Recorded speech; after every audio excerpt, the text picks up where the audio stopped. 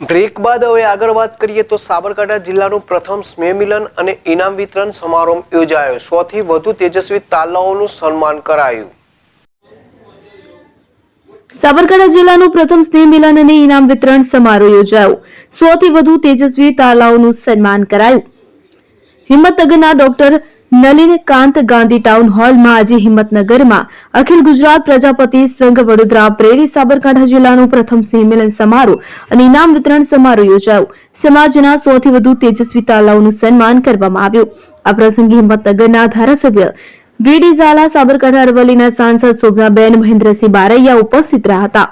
આ અંગેની વિગત એવી છે કે હિંમતનગર રવિવારે અખિલ ગુજરાત પ્રજાપતિ સંઘ વડોદરા પ્રેરિત સાબરકાંઠા જિલ્લાનું પ્રથમ સ્નેહ મિલન સમારોહ અને ઇનામ વિતરણના સમારોહ યોજાયો હતો કે જેમાં સમારોહનું દીપ પ્રાગટ્ય કરીને પ્રારંભ થયો।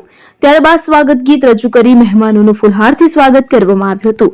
અખિલ ગુજરાત પ્રજાપતિ સંઘ વડોદરા પ્રેરિત સાબરકાંઠા જિલ્લાનું પ્રથમ સ્નેહ મિલન સમારોહમાં અખિલ ગુજરાત પ્રજાપતિ સંઘ વડોદરાની કાર્યશૈલી અને કાર્યોનું વર્ણન કરવામાં આવ્યું હતું।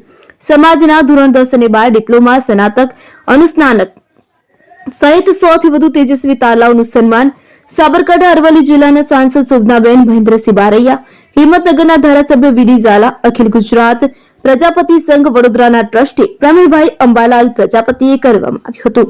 આ પ્રસંગે સાબરકાંઠા જિલ્લાના પ્રજાપતિ સમાજ મોટી સંખ્યામાં ઉપસ્થિત રહ્યો હતો।